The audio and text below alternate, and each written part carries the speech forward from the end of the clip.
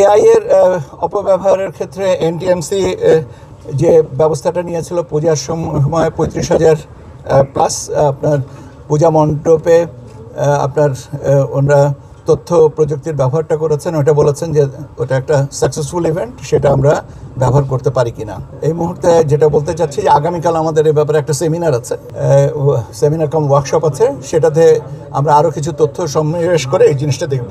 Army aviation, air force aviation, চপারে করে, helicopter করে নির্বাচন সামগ্রী পরিবহনের দায়িত্ব ওনারা করবেন।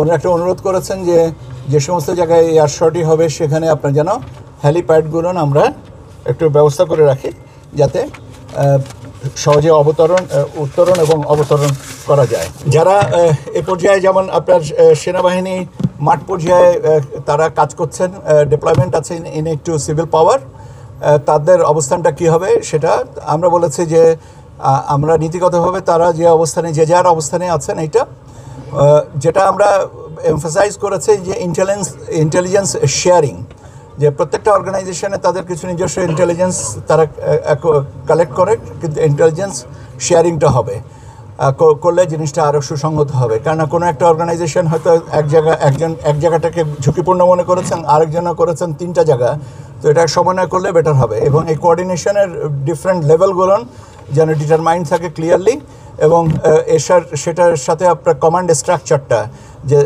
কে দায়িত্ব নিয়ে কথাটা বলবেন, এক এক জায়গায় এক এক রকমের পরিস্থিতি হতে পারে।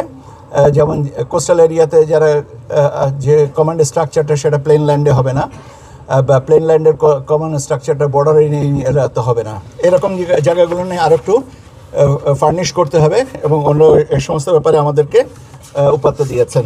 যানবাহনের ব্যাপারে বলেছেন যে যানবাহন একটা সীমাবদ্ধ, যানবাহনের স্বল্পতা একটা বিষয়, তো সে ব্যাপারটাকে যদি অ্যাড্রেস করা যায়, অন্যথায় রিকুইজিশনের একটা পদ্ধতি আছে, সেই পদ্ধতিগুলো নিয়ে আর কি কাজ করতে হবে।